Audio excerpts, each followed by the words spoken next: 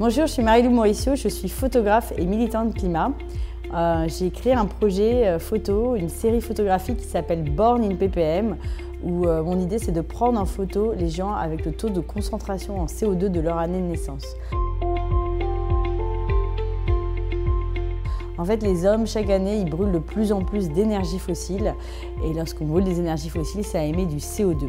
Ce CO2, il se stocke en grande partie dans l'atmosphère.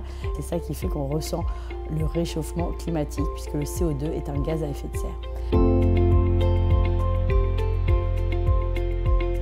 Mon idée, ça a été de le rendre visible en prenant les personnes avec le taux de leur naissance pour montrer deux choses. Un, la croissance ultra rapide des ppm, donc c'est parti par million de ce taux. Et ben comme ça, à travers les âges, on voit que plus ça va, plus ce taux est grand. La personne la plus âgée que j'ai prise en photo, elle est née il y a 100 ans, il y avait 305 ppm. Après, ça a augmenté. On a dépassé en 1988 la limite planétaire du réchauffement climatique qui était fixée à 350 ppm. Et maintenant, il faut savoir qu'en 2023, on a mesuré 421 ppm. Ça veut dire qu'on s'approche de plus en plus de l'emballement climatique, c'est-à-dire le moment où on ne pourra plus maîtriser le climat.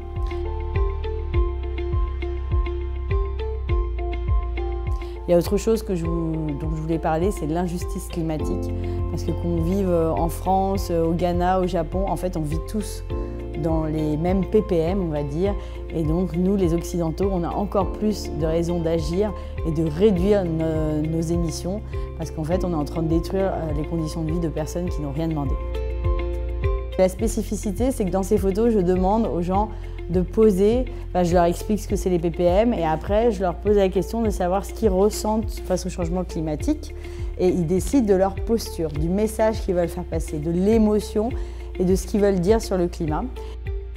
Et donc cette exposition, c'est vraiment toutes les personnes qui gravitent autour de l'université qui sont exposées, qui ont posé avec leur ppm et ont chacun un message à dire dans ces photos.